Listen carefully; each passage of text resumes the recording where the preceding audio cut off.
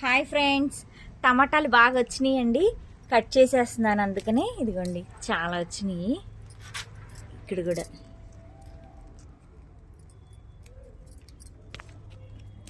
ఇవి పండినట్టు కోసుకొని వెంటనే పప్పులో కానీ పచ్చడి కానీ చేసుకుంటే చాలా బాగుంటాయి.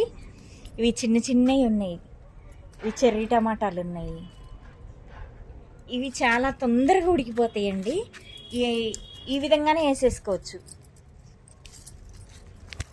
ఇక్కడ కూడా ఉంది చెర్రీ టమాటాలు. ఇదిగోండి చూడండి ఎంత బాగా వచ్చినాయి టమాటాలు. ఇదిగోండి తెల్ల వంకాయ విత్తనాలు కానీ ఉంచాను. ఇదిగోండి ఇది పర్పుల్ కలర్లోకి వచ్చేసింది. ఇది తెల్ల వంకాయలు కోసేస్తున్నాను. ఇవి చాలా బాగున్నాయి, అందంగా ఉన్నాయి. ఇదిగోండి స్వీట్ లెమన్ది పిండి వచ్చింది. ఇంక ఇవి కొంచెం ఆరెంజ్ కలర్లో వస్తే అప్పుడు కొయ్యొచ్చు.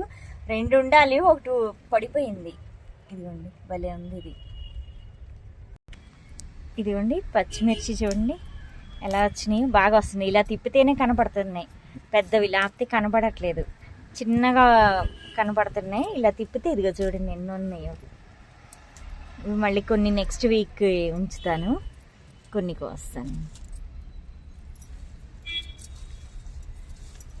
ఇదిగోండి చూడండి ఎంత పెద్దగా ఉందో. ఇవి కనపడట్లేదు అస్సలు, ఇంక ఇలా పండిపోతుంటేనే అప్పుడు కనపడుతుంది. ఇదిగో చూడండి ఎంత చాలా వచ్చినాయి. ఇదిగోండి ఇక్కడ పండిపోయింది కూడా.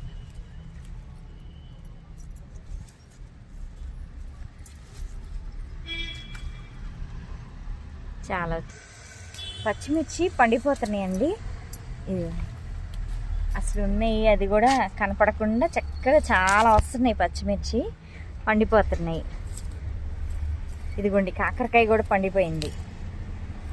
చిన్న కాకరకాయలు ఇవి. ఇక్కడ కూడా కాకరకాయ ఉంది. ఈ వంకాయలు బాగా వస్తున్నాయి.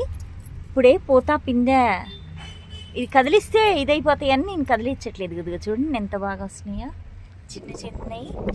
ఇదిగోండి ఈ మొక్కకు బాగా వచ్చినాయి. ఇదిగోండి ఈ చామదుంప ఆకండి. ఇది కూడా పప్పులో వేసుకుంటాం. యాక్చువల్లీ మంచిది హెల్త్కి. దుంపలు కూడా వచ్చినాయి, నేను ఇంకా తీయలేదు, తీయాలి దుంపలు. ఇదిగోండి చూడండి చామదుంపలు వచ్చేసినాయి. ఇక్కడ